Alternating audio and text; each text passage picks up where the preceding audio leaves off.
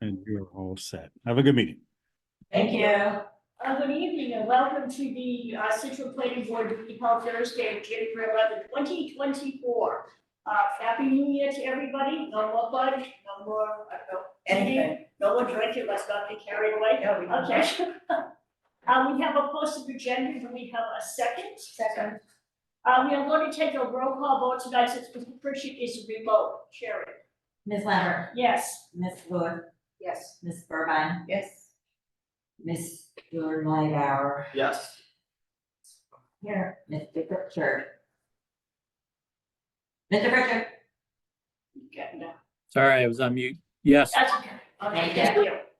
So at 6:30 p.m., we have a public hearing, a zoning amendment for the annual town meeting 2024. We have two articles. You have something to read for us? I do. Okay. All right. Notice is hereby given, this is the correct one, Kara? Yes. Yep. Notice is hereby given pursuant to Mass General Laws, Chapter 7,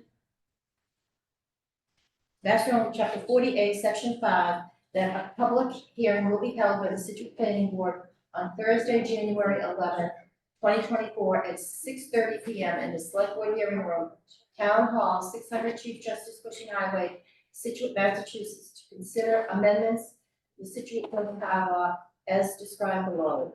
These amendments will appear as articles on the warrant for the annual town meeting commencing April 8th, 2024. All references below to sections refer to sections of the zoning bylaw. 1. Zoning for Village Center and Neighborhood Districts, Greenbush Driftway, Gateway District, and North Scituate Village District for compliance with Mass General Laws, Chapter 40A, Section 3A of the Zoning Act for multifamily zoning as of right in MBTA communities. Amend zoning map and zoning bylaw. Proposed changes include: A, amend the zoning bylaw throughout to replace the reference to Department of Housing and Community Development, or DHCD, to Executive Office of Housing and Livable Community, or EOHLC. B, amend the Town of Scituate, Mass. Zoning map in the Village Center and Neighborhood District, North Scituate Village Center, and North Scituate Outer Village District boundaries as shown on map entitled Town of Scituate, North Scituate zoning dated November 30th, 2023 by J.N. Goldston, and to issue a new zoning map reflecting this amendment and amend section 310, section 320, and section 340 to reflect the new mapping. C, amend section 200, definitions by adding new definitions for affordable unit, applicant, area, median income, AMI, commuter rail station, EOHLC, NBTA, mandatory mixed-use district, sub-district, and changing the title of multifamily dwelling to be multifamily dwelling, multifamily building. D, amend section 310, types of districts to add mandatory mixed-use district under VCN, Village Center, and Neighborhood District, which includes the NDTV sub-district in Greenbush Driftway Gateway District, and NSV OV sub-district in North Scituate Village. E, amend section 420, table of use regulations. 1, update the table of use regulations, use category F for multifamily dwelling to be allowed by right in the GWB district. 2, delete use category G, multifamily dwelling complex, subject to section 430.3, and relabel the lettering below accordingly. 3, amend garage for commercial vehicles, subject to section 440.2, to correct section 440.2 with section 440.3. 4, add flex space fabrication building as category M under section 4 industrial uses as not allowed in R1, R2, R3, NRN, DCR, NRCR, and B, allowed in GWB, GCB, NDTV, DVP, and NSVC, and by special permit in the NSOB. 5, change hearing in change heading in Greenbush Driftway in table of uses from NCR to NRCR. F, delete section 430.3 multifamily dwelling dwelling complex in its entirety. G, amend section 580.2.d to add language in the one purpose section to clarify the locations of pedestrian frontage overlay zone in the village center and neighborhood districts in North Situate Village, Village Center and Greenbush Driftway Gateway District, New Driftway Transit Village. H, amend section 580 Village Center and Neighborhood District. 1, section 580.3d, strike the phrase or Board of Appeals. 2, section 580.4 density and bulk standards table 2, VCN residential density by building type and district to allow multifamily buildings at a density of 15 dwellings per unit in the GWB, NRN, and GBC districts. 3, section 580.9.A.1, to strike the phrase uses a limited amount of, quote unquote, from the purpose of the Gateway Business District, GWB. Section 580.9.B, North Situate Village District, NSV, to update the location of the pedestrian frontage zones as shown on the Town of Scituate, North Situate zoning dated November 30, 2023, by J.M. Olson. 1, I, amend section 754, fair housing and affordable standards. 1, amend section 754.1.b.1, specific applications to the VBOD and the VCN to add language to 1, exemptions after the first sentence, quote, by right development in VCN sub-districts, GDB, GWB, GDG, NRN, GDG, GVC, we should sing to this, and NSV, OV, up to 9 units or fewer are exempt from this requirement, end quote, the planning board. 2, amend section 754.1.b.2, number of affordable units by inserting the following language below the table, quote, by right development of 10 units or more in the VCN sub-districts, GDG, GWB, GDG, NRN, GDD, GBC, and NSV, OV are required to provide 10% affordable units at not less than 80% of the area median income, end quote. 3, amend section 754.1.b.3, density bonus by striking the following language from the section, quote, the total number of affordable housing units constructed in a VBOD or VCN shall equal not less than 20% of the total number of all units constructed within the projects in the district. 4, amend section 754.3, monitoring agent by deleting, quote unquote, select board in the first sentence and replacing it with, quote, applicant in conjunction with the planning board, end quote. 5, amend section 754.7b, compliance with LIP program by replacing CMR 45 with CMR 56. J, amend section 760 parking requirements.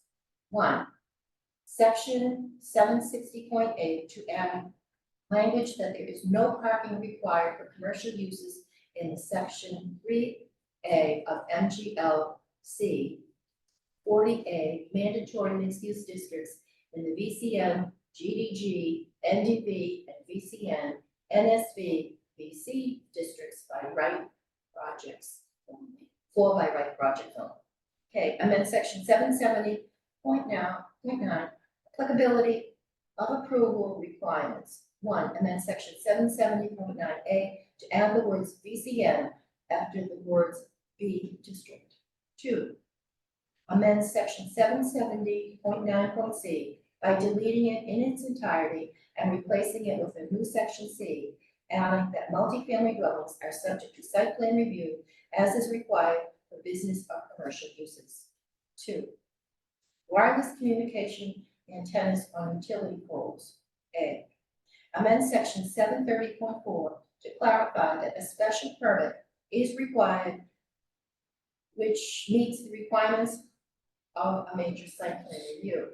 The text of the current zoning bylaw, the current zoning map, the complete text of the proposed amendments to the zoning law bylaw and map showing the proposed changes to the zoning map are available for inspection during normal hours of business at the Scituate Town Hall, the offices, of the town clerk, and the planning board at Town Hall, 600 Chief Justice Cushing Highway, and on the Town of Scituate website, on the planning board webpage under proposed bylaw changes. Any person wishing to comment on these proposed zoning amendments should appear at the public hearing at the time and place designated. Written comments on the zoning amendments will also be accepted by the planning board prior to the public hearing. Thank you very much. That's funny.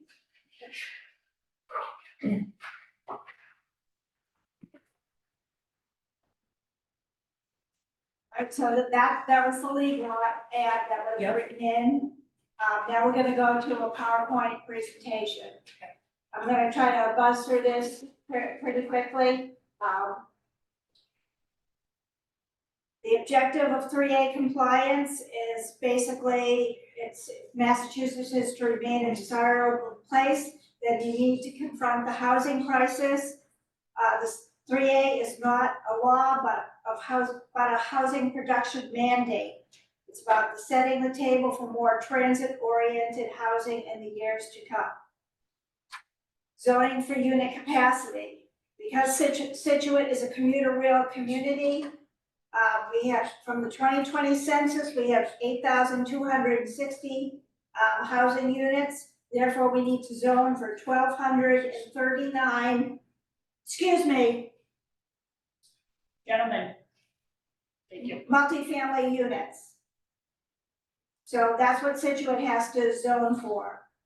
Under that, we have additional statutory requirements.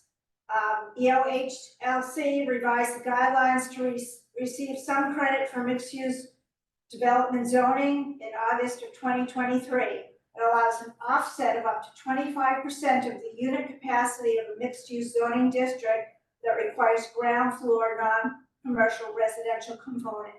It's only available in approved locations. We must seek approval no less than 90 days prior to the town meeting vote. Mixed use can only be required on the ground floor and not more than 33% of the overall square footage. No minimum parking for commercial uses allowed. Maximum 10% affordability by right without a financial feasibility analysis. So what that means is we have, they're called mandatory mixed use districts. And we're allowed to take an offset of 25%. So our calculations for the mandatory mixed use district for North Scituate Village Center and the NDTV district come up with 209 units. So therefore we have to zone elsewhere for 1,030 units. We have two mandatory mixed-use districts that we're applying for. One of them is the NDTV district in the Greenbush area. The second one is North Scituate Village Center. The major zoning change is that we are changing the GWB, NRN, and GVC districts in the Greenbush Gateway District from 12 units per acre by right to 15 units per acre by right. With the 15 units per acre by right and the two mandatory mixed-use districts, we're able to achieve the capacity of 1,239 units that we have to zone for. We're replacing DHCD throughout the bylaw. We're adding definitions pertinent. We're adding two mandatory mixed-use districts. We're changing the table of uses as necessary. We're taking out a section on multifamily dwelling complex because it doesn't apply to anything. Nothing was ever zoned for that. We're clarifying the location of a pedestrian frontage zone. We're revising the densities. We're affordable housing. We're not allowed to have more than 10% affordable housing in the VCN for by right projects only. We're updating the development standards as necessary, and we're eliminating commercial parking in the VCN for mixed-use districts only for by right developments.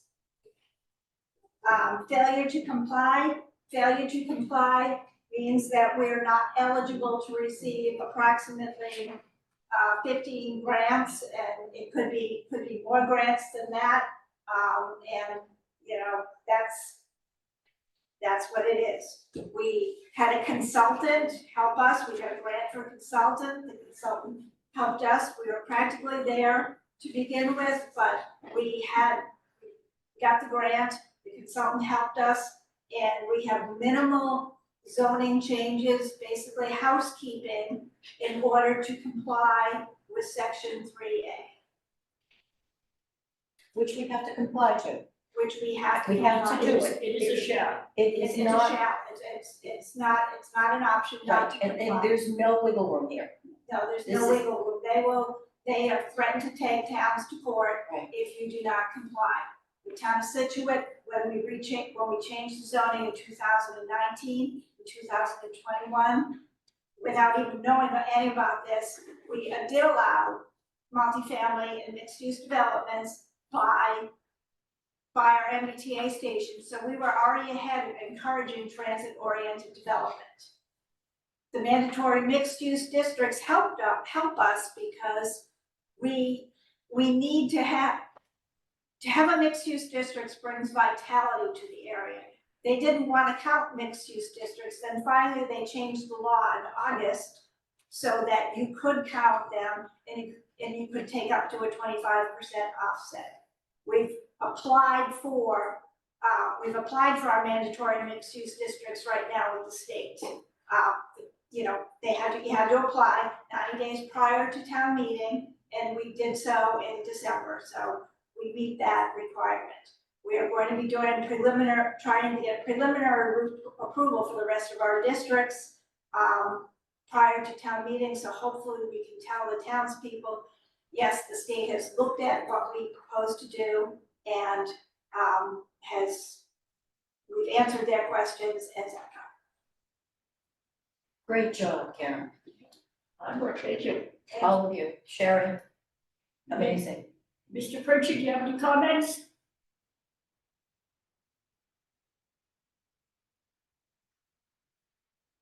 Wait, we can't hear you. you. Oh, there you're muted, Steve. There we No, go. that was a very good summary. I did not see the last slide. But I assume that's what you were referring It's the to. list of the multiple permits, grants that you can't apply for if you don't comply. Yeah, I just didn't see it when you paged through it, I guess. Yeah. I'm all set. I think we have to do it, and keep it simple. That's what we've done. What is that? I have a minor typo. It doesn't matter in the legal ad. That's awesome. Let it go. So it's public hearing, I'll open it to the public. Anybody have something to say? No? Anybody online? If you're online and you'd like to comment for the public, time about the MBTA, now would be the time to raise your hand, or we can take your comments. Yeah. And if you're by phone, you can hit *9.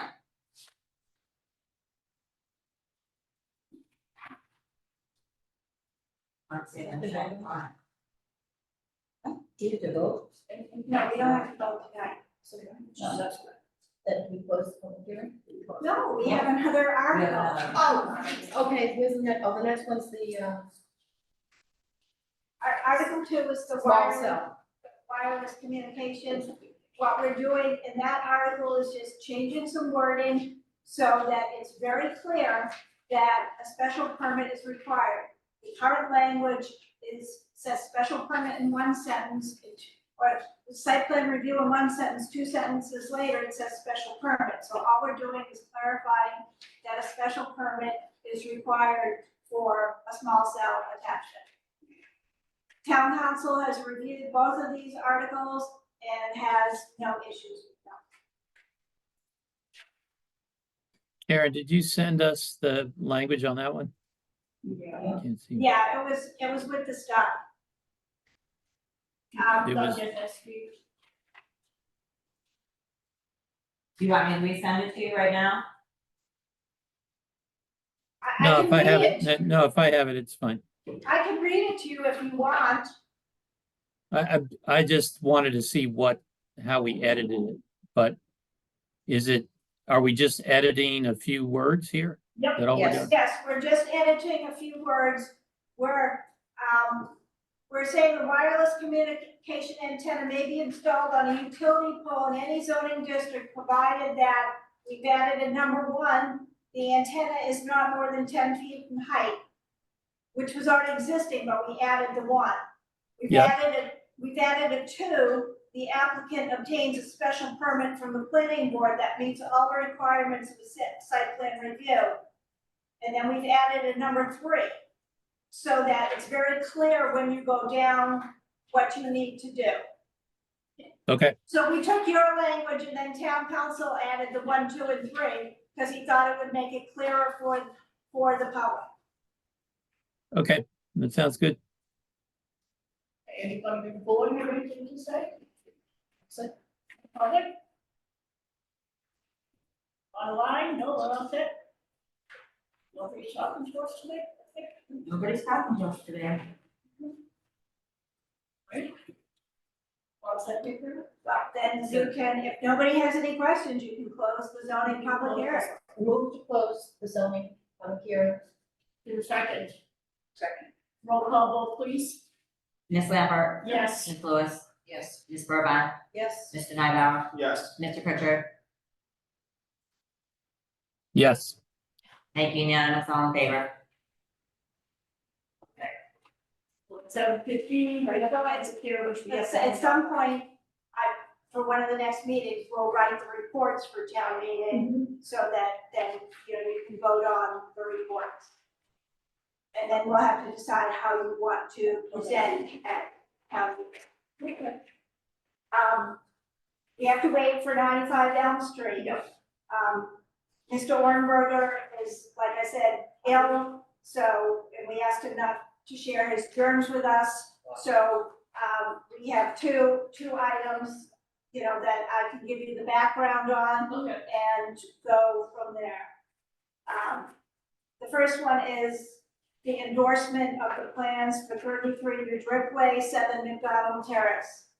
All the items were satisfied that needed to be done prior to endorsement.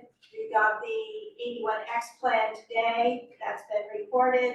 That's the radius at the exit of the driveway going into the Berwick plant was changed to a 26-foot radius. So John Chesky felt the truck doesn't go over the curbing now, so, and everything else complies. We have the Mylars and, the plans can be endorsed. So the lots were combined and all that stuff, that's all been done? The what? The lots were combined and all that kind of. Yes. Okay. Excellent. So I think you have a draft motion Should have a motion. for endorsement.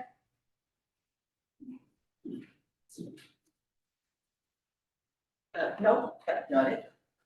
There we go. I move to review and special permit for mixed-use building and multifamily building and stormwater permit in the village center and neighborhood district, Greenbush Gateway District, Greenbush Village Center Sub-District, and Gateway Business District, BCN, GDG, GBC, and GWB, and 33 New Brickway, 7 McDonald Terrace, as all of the conditions required prior to endorsement have been addressed. There a second? Second. All in favor, roll call, please. Ms. Lambert, Yes. Ms. Lewis, Yes. Ms. Burbine, Yes. Mr. Nybauer, Yes. Mr. Pritchard. yes, Unanimous, all in favor, thank you. Still a little early, so what shall we do? All right, so it's got to go to Form A. We can do that now, okay. All right, so the Form A again is, Mr. Orberger is not, going to be independent. Form A is to create lot 1 on Laurel Drive. You should have the plans there. Lot 1 is a 50-foot frontage lot. It received its special permit from the ZBA a while ago. Lot, because there's a wall on the blocking the whole frontage of lot 1, it has to have an access and utility easement from lot 2, which is where the common driveway will be. So it's, I think It's gonna come into us for common driveway. it's gonna come into a common driveway, after this lot is created. All the other lots have been created. This will come in and, for the common driveway, stormwater permit. So, does anybody have any questions on that? I recommend endorsement. When we're through with this one, we all have a borrow, You have a common driveway. but that's it, after that. I But don't this really doesn't, know. Go ahead. I'm sorry, this doesn't rely on the common driveway in order to meet the requirements of Form A though, correct? Correct. Okay, I mean, they've got a 50-foot frontage special permit, and the only way to access the lot is through a common driveway. Because it has a wall in front. But that's legitimate. but they could access the lot via the 50-foot frontage. No, they can't access the lot via the 50-foot frontage, because they would have to drive over a wall. Okay, so how do they have access then? They'll have it through the common driveway. There's another step to this process, we're waiting for common driveway up. You're waiting for a common driveway plan. So are we gonna hold this until we get the common driveway approved?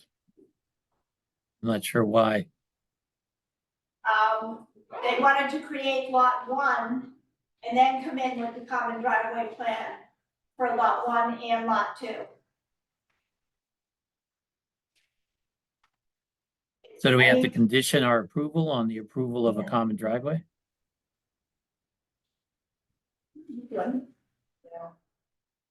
You can't condition a Form A. You cannot condition it for me, I understand Steve's dilemma, I do too. because there is a stone wall in front of this 50-foot frontage lot. So the frontage isn't going to fact illusionary. And yes, it is dependent upon a common driveway that has yet to be determined. Right, but they need to create the lot so that you have a lot to create to come in with a common driveway. Can they do them both at the same time? This is how, we can't tell somebody how to permit something. This is how they chose to permit it. This is what we're reacting to. No, I get that, but technically speaking, they don't have access. Technically speaking, you're right. So they have to create the lot, and they have to come back and ask us for common driveway. Correct. So, but there's no way to hold their feet to the fire, but there's no way in unless they have a common driveway. Correct. And the Form A does show the Yeah, access it does. and utility easement, which has been recorded. Okay. It has been recorded. Yeah, it shows you right on the plan, the book and page where it's been recorded. 2015, okay. Okay. I guess that was my question is they're creating a lot here via approval not required. And approval not required is dependent upon them meeting specific criteria, one of which they don't meet. They do have an easement, They do have an easement, so they do have access by an easement. right? That's what I asked in the first place. Yeah. So So they you're do saying have they access do by have the it. easement. With that easement, yes. and that's the hash marked easement down below? Yes, that's Access correct. and utility easement, yeah. Okay, so that's considered acceptable access then, under the A and R. That's, I didn't pursue that avenue, Steve.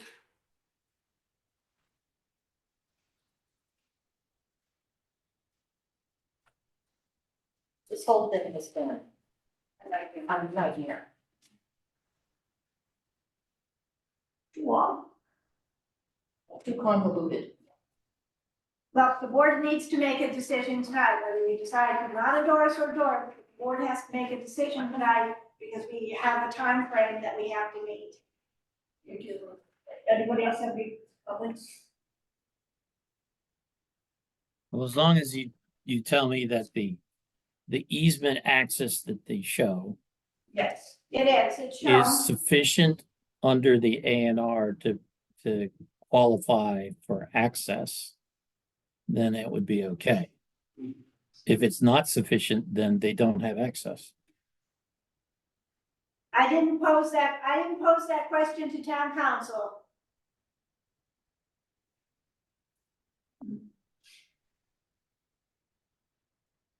Okay, well, I'm not sure where we go from there.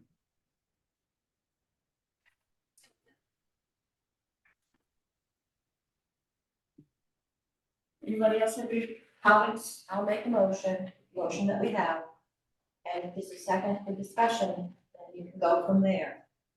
Okay? I move to endorse as approval not required, the plan of land in the town of Scituate, Massachusetts, Laurelwood Drive, stamped by Paul Maravito of Russ Engineering Company, Inc., dated December 5, 2023, for applicant owners Mary E. McKay and Patrick H. O'Brien, trustees of the David R. McKay Revocable Trust as the division of the tract of land shown on the accompanied plan is not a subdivision because every lot on the plan has frontage of at least the distance presently required on a way shown on a plan, therefore approved and endorsed in accordance with subdivision control law, namely Laurelwood Drive on 7-16-98. Lot 1, 2, and 5 are lots approved by the zoning board of appeals, decision dated March 11, 2020, stipulating Lot 1 and Lot 2 are to be accessed with a special permit for a common driveway, and Lot 1 is a 50-foot frontage lot. Planning board endorsement of the plan is not a determination as to conformance with zoning regulations. You need a second first. Someone needs to say second. Oh, Second. second. All in favor? Yeah, this we just. Is there discussion? Yes. Steve, does this endorsement address some of your questions? You're muted, Here we Steve. go.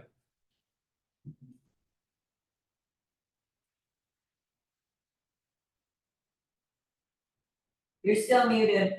Yeah, I know. I was trying to find you in all my open windows here. Gotcha. I'm sorry, I would say I don't know why in the decision we would reference a common driveway. If we're saying the access easement is sufficient to demonstrate access from Laurelwood, then that's the only thing I would reference. Because we can't presuppose that they're gonna get a special permit for a common driveway.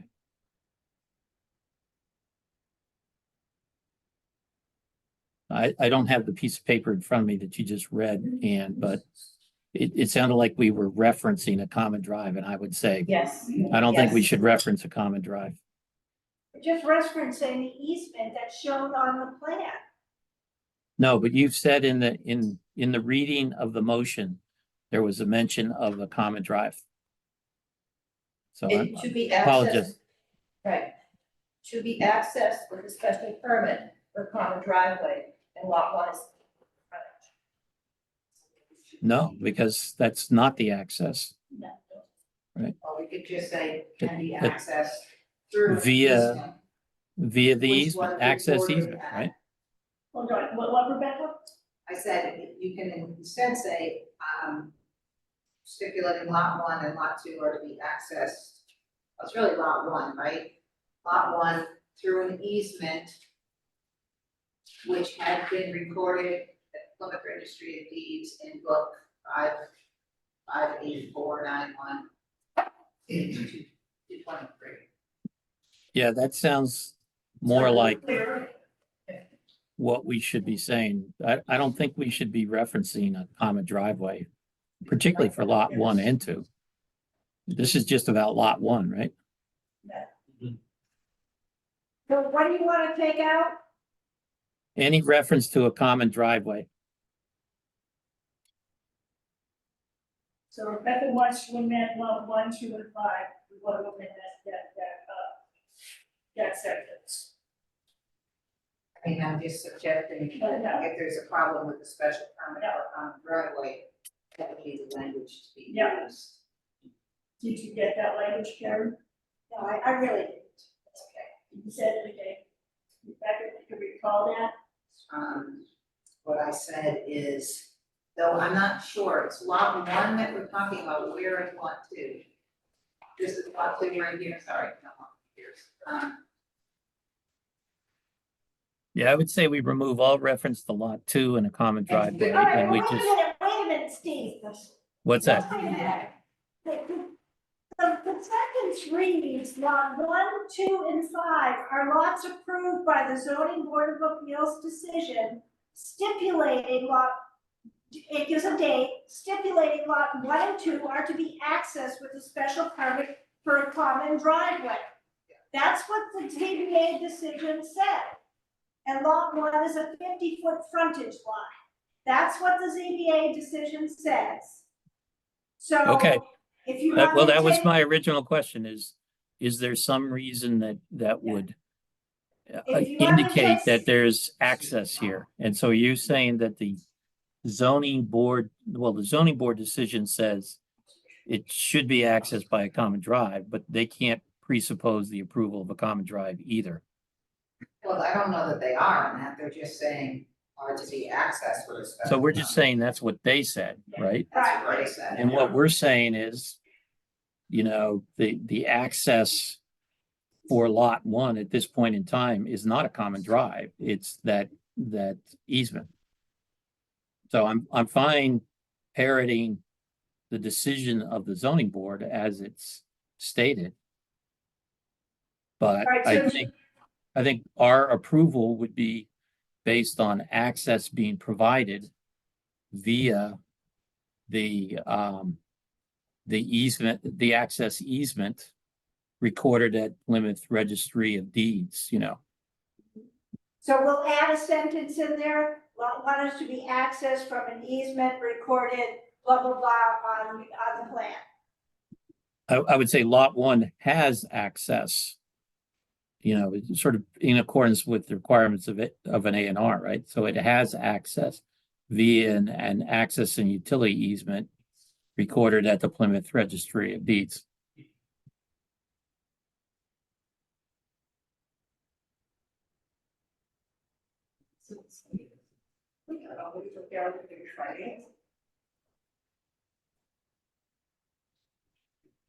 Mr. Viola, you have something that you'd like to add for us? Yeah, can I suggest that the zoning board decision is incorrect? Because if it's a 2-lot common driveway less than 500 feet, it doesn't require a special permit. Well, we don't have any ability to change the zoning board I'm just decision. mentioning that you can't make it subject to a special permit because they're not gonna be required to get a special permit. So whatever decision you make shouldn't reference a special permit. We'll take the sentence out. Who Okay. cares what the ZBA did? That's it. That sounds good. That sounds That's a good solution. But you're not referencing a 50-foot frontage lot anywhere now. If I take that sentence out, this is a 50-foot frontage lot. Well, you don't have to parrot the entire decision from the zoning board to say that the zoning board has approved the 50-foot frontage. Again, I have an issue with this, the fact that it is easement notwithstanding, it's a stone wall in front of it. Access could be construed as illusionary. Was there a stone wall in front of the access off of No. Laurelwood? No, No, So I'm saying that's the only access that is an actual qualifying access at this point in time. Yeah, no, maybe what you would take out is just lot 1 and 2 are to be accessed with a common driveway, and lot 1 is a 50-foot frontage lot, and then you would say the easement has access to Laurelwood Drive, or has access by the utility easement, so all you're really taking out is with a special permit.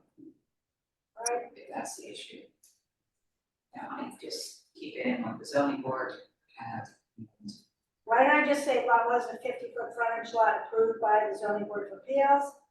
Lot 1 has access in accordance with the requirements of an ARR with an easement recorded, blah, blah, blah, blah, blah, whatever it says on that line. Yeah, that works. whatever. All right. Is there a second in the amendment? Second. all in favor, Sherry? Ms. Glover, Yes. Ms. Lewis, Yes. Ms. Burbine, Yes. Ms. McLean, Aye. Mr. Pritchard. Yes, Thank you all. Now we're moving right along with it. We are at a special permit of accessory dwelling at 95 Elm Street. Is the applicant owner of Robert and Ian Green, is there somebody here who represents the Greens? Bill, it's not 9:15. If you think that that's an issue, we can do something, or we can start over. You're going to- I mean, you technically you're not The supposed to. applicant, are you the engineer? The applicant is on call, so we can Okay, well, money, come here. By the time everybody gets set up. It's, okay. We need to go over here. Hi, guys. How are you? Good, how are you? I'm just.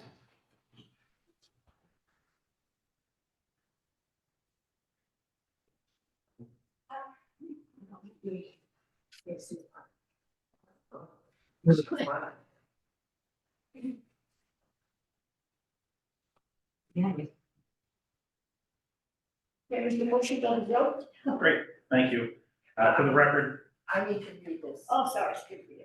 In accordance with Mass General Law, Chapter 48, Section 9 and 11, and with Scituate zoning bylaw, Section 530, accessory dwelling special permit, and Section 940 referrals, the planning board will conduct a public hearing at 7:15 p.m.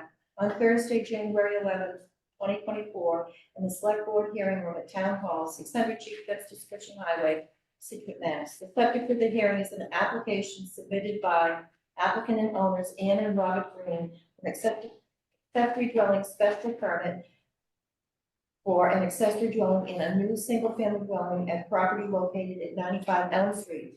Property as shown on the assessor's map, block, parcel 44-2-17.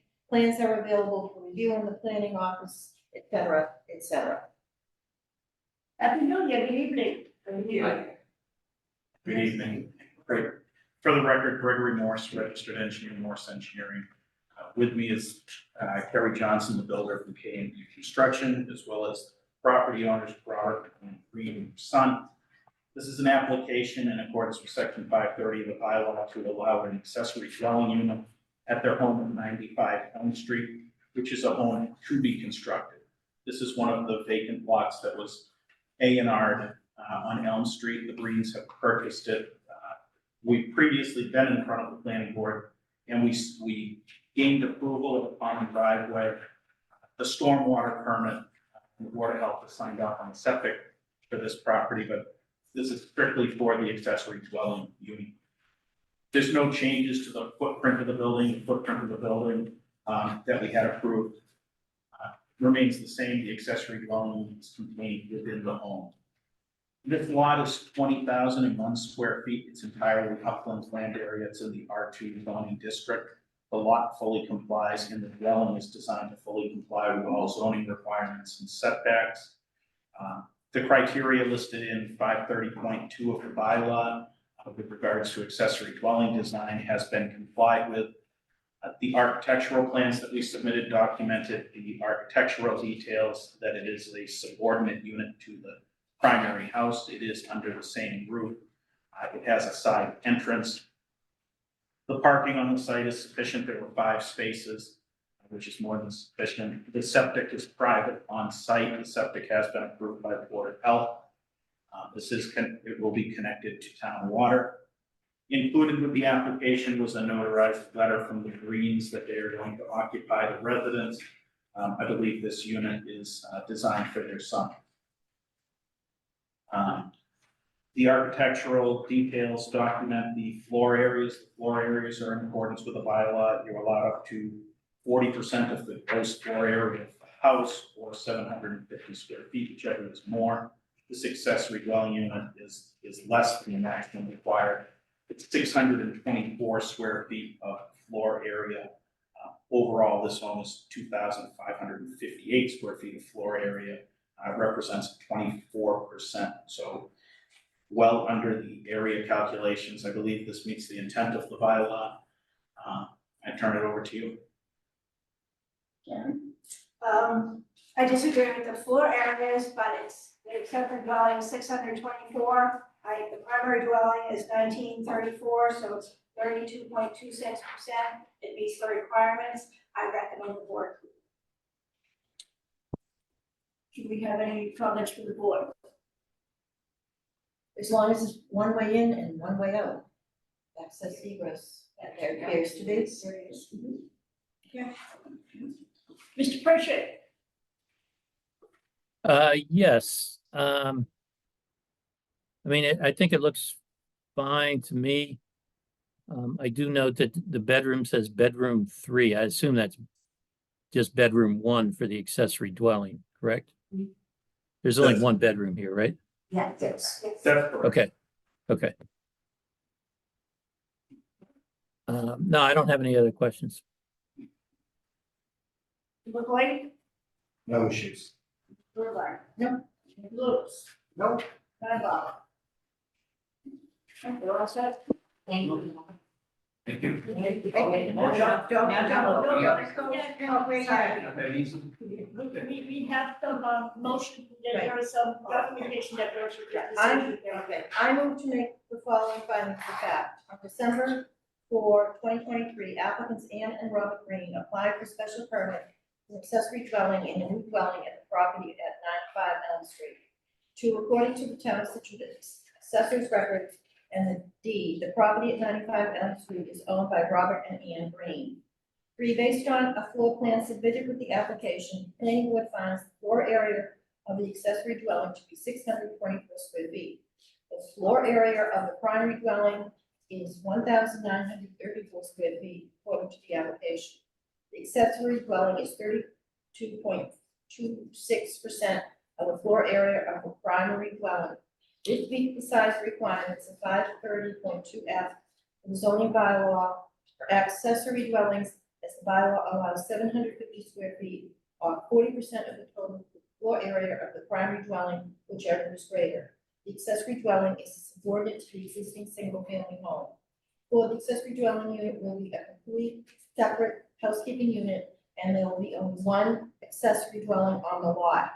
5, the property is in the R2 zoning district and partially in the water resource protection district. The proposed accessory dwelling structure meets all the required setbacks, building height, and the aisle requirements for a primary dwelling. 6, the proposed accessory dwelling is to be located in the rear of the section of the proposed home.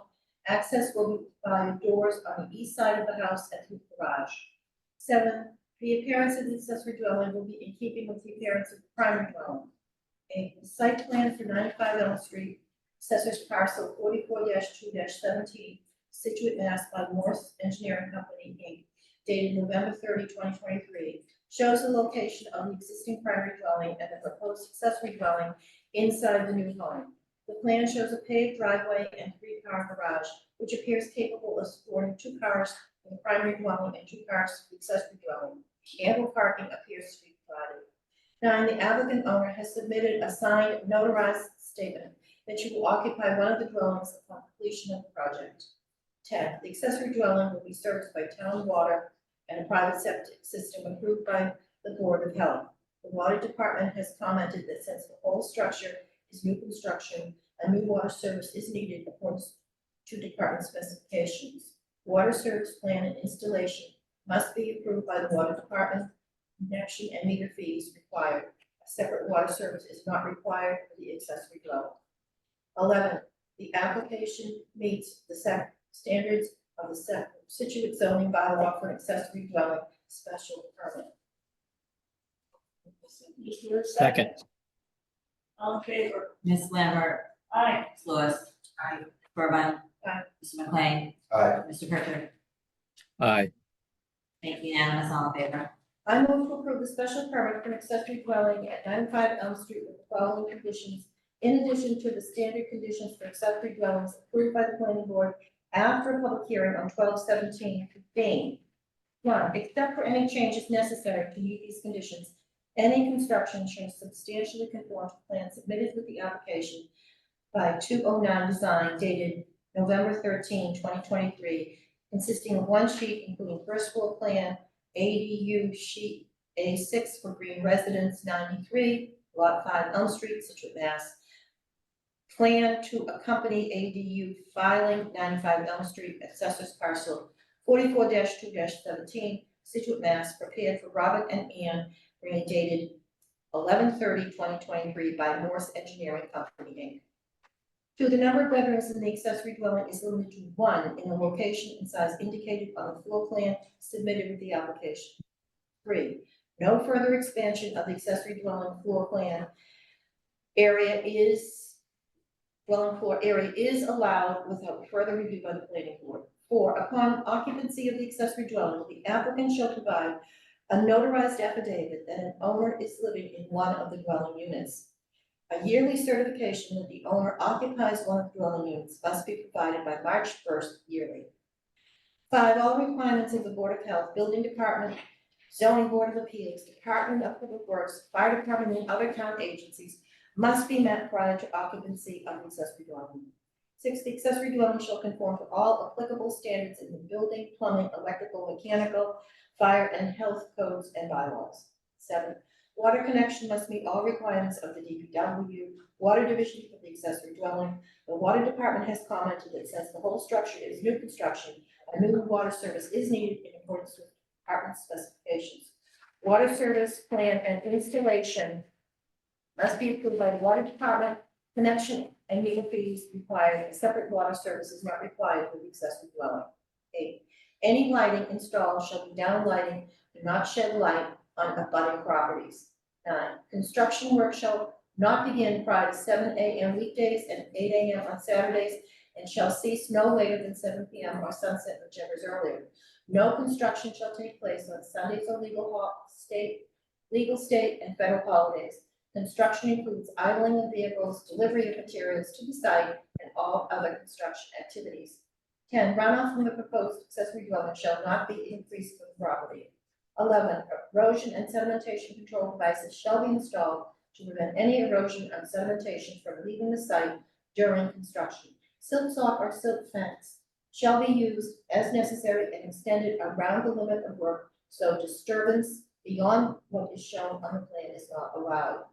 12, the appearance of the accessory dwelling will be in keeping with the primary dwelling unless otherwise required by the Massachusetts Building Code, and new exterior stairs needed to provide primary or secondary means of egress for the accessory dwelling shall be located on the side or rear of the building. At least 2 private off-street parking spaces shall be available for use by the occupants of the accessory dwelling, in addition to those parking spaces required for the primary dwelling.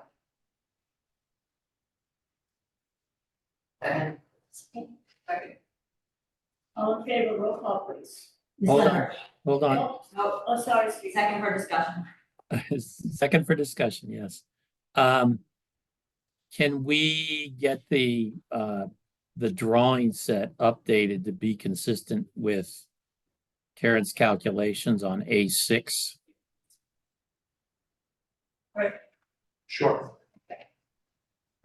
And I would also ask that when you do that, just modify the bedroom, so it's not bedroom 3, but just, the ADU bedroom or what, or just bedroom. I think it was just the application, Steve, on the number.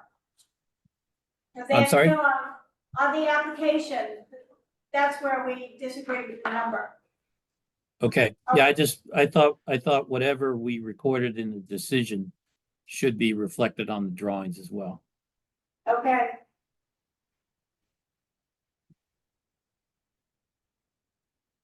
That's it. Second is amended, all in favor? Ms. Lambert. Aye. Ms. Wood. Aye. Ms. Burbine. Aye. Mr. McLean. Aye. Mr. Pritchard. Aye. Thank you, unanimous, all in favor. Thank you. Thank you. Thank you very much. Thank you all. You know, I have 14 days.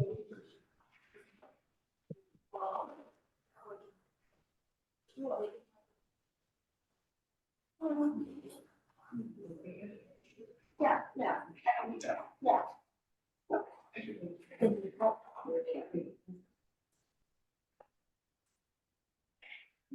So, way ahead of schedule. Let's go, you see it. So we have old business, new business correspondence, administrative items and update. Shall we approve some minutes? Michelle? I move to approve the meeting minutes from December 14th, 2023. All in favor? Ms. Lambert. Aye. Ms. Lewis. Aye. Ms. Burbine.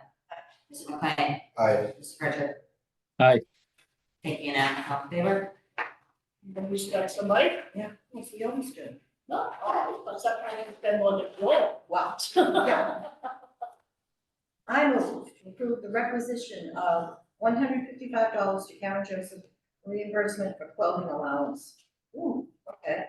$210 to Chesapeake Consulting for peer review services for 533 Country Way. $70 to Chesapeake Consulting for peer review services for 19 Fort Place. For $467 to Chesapeake Consulting for peer review services Country Way, Residential Compound District. For $126.25 to Karen Joseph for mileage reimbursement. For $136.43 to WB Mason for office supplies. For $287.80 to Chesapeake Consulting for peer review services, 533 Country Way. For $126.99 to Schwab Inc. for date and address stamps. For $205 to Horsley Witten Group for peer review services at 18 Group Place. For $1,050 to Horsley Witten Group for peer review services, 14 to 16 Old Driftway. And for $961.30 to Horsley Witten Group peer review services for Seaside at Scituate. In a second. Second. Ms. Lambert. Aye. Ms. Lewis. Ms. Burbine. Aye. Mr. McLean. Aye. Mr. Pritchard. Aye. Thank you, unanimous, all in favor. We spent the money, we have to pay it, okay. So we have liaison reports. I went to the newly constituted bylaw review committee last night. Which is an outgrowth of the charter review. It's in its very, very preliminary stages. They do have a charge from the Board of Selectmen, which is to review the bylaws as written and do similar to what the charter review did. I'll let you know further, we have a meeting on January 22nd and February 5th. And that's about all I can tell you about the group right now, not a whole lot. I went to conservation, same old, not much going on. Big to do about a project in Amarok. Apparently people are parking on the dunes, and I'm kind of stressed out about that, but that's all I've been liaisoning.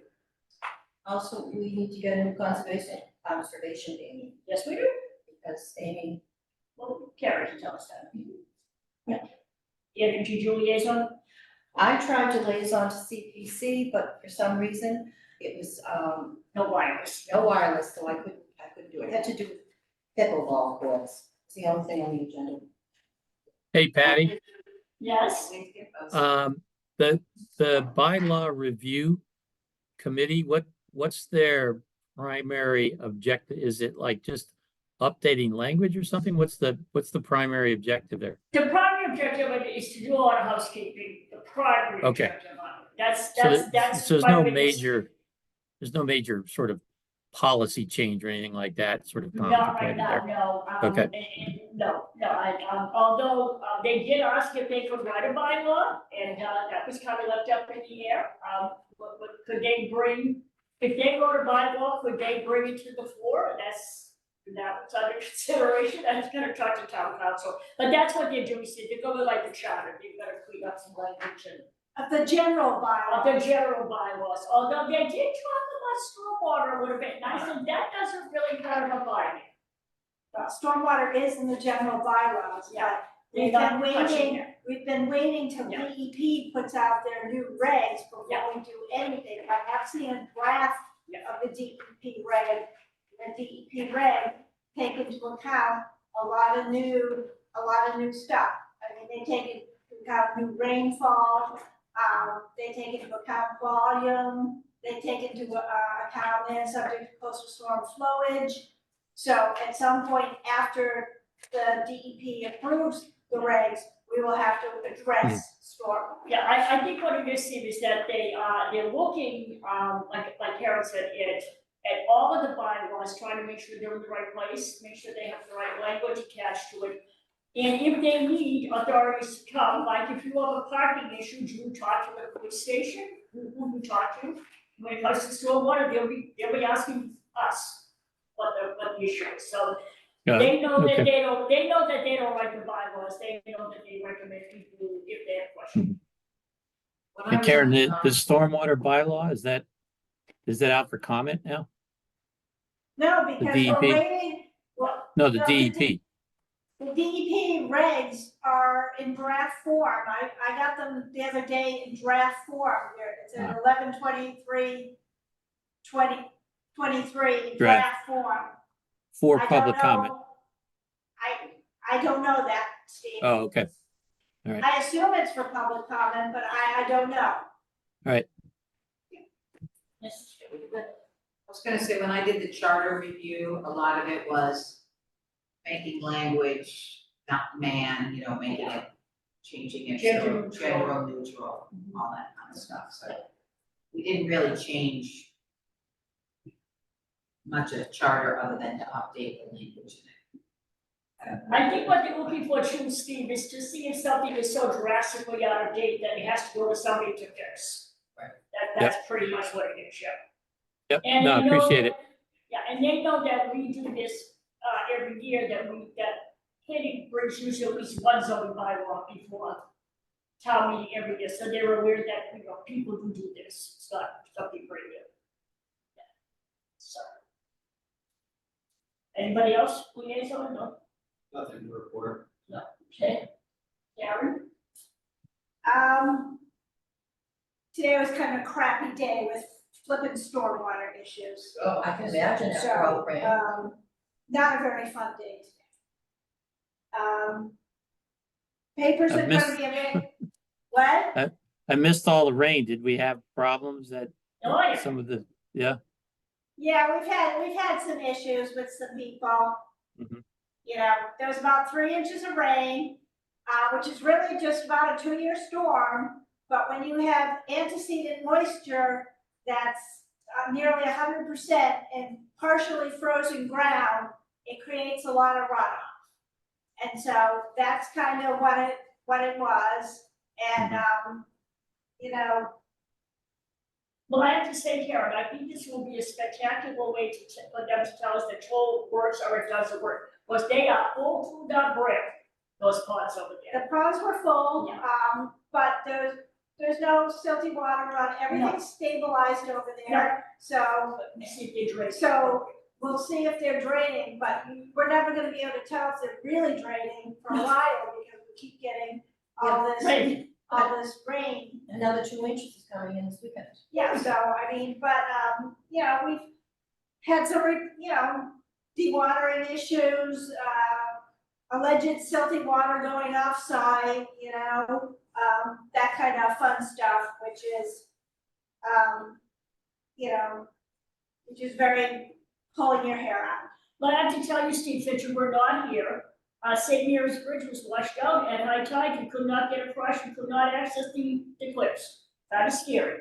That's happened before. Yeah, That's happened before. I yeah. remember that. So, Papers are available in February for those running for the planning board. Patty's seat is up this year. Patrick, you'll have to reapply, to run for the full position.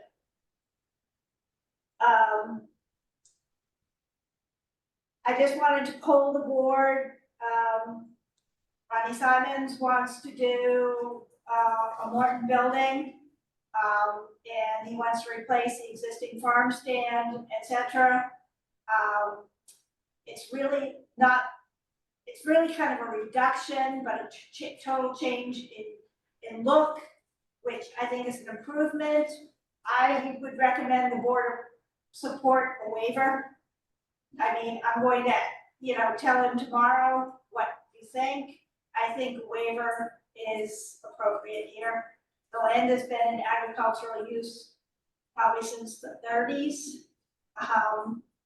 But you can reasonably regulate agriculture, but I would think a waiver is appropriate. I'm sorry, Karen, where is this? I didn't catch where. RMC.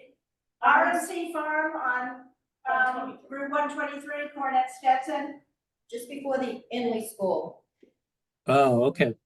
The second one is you're coming from Scituate, not the first garden. He doesn't have air conditioning in the farm stand right now, and so he loses a lot of produce.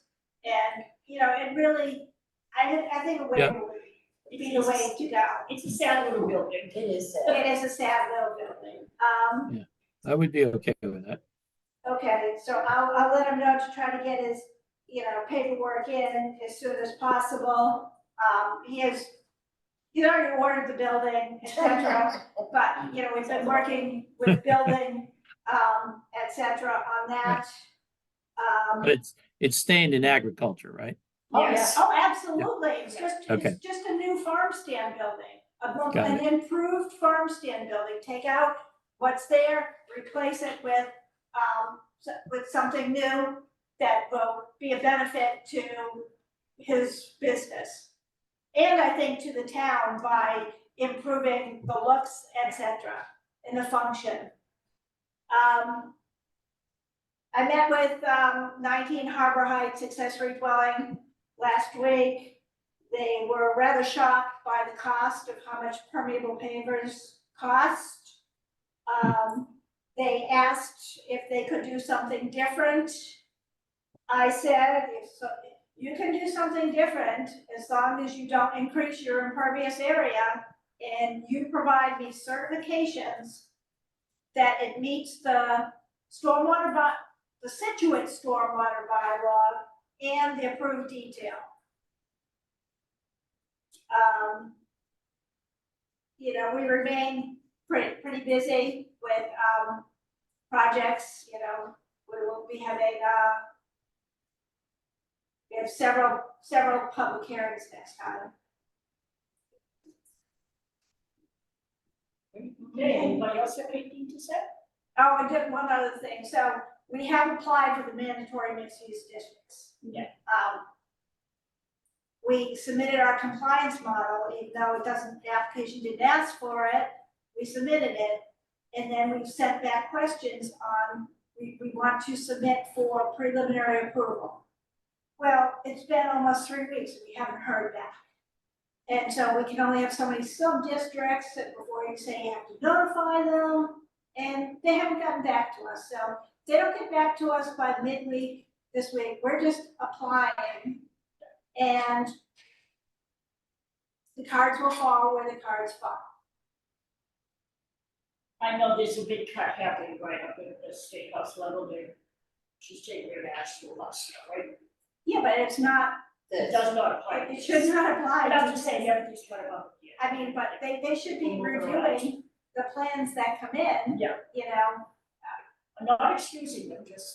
I'm just letting you know that, you know, I've been patiently waiting, but we're getting a little impatient because we know the townspeople are gonna want to know something. And it's interesting to see that Brookline has a special vote next month on whether or not to go forward with the MBTA. It was approved at their town meeting, but a number of people don't want it. So now it's going to be a special vote. Good luck to them. But there's a number of communities already complying. I know, and we comply, and we not. No, we do not, we don't comply yet.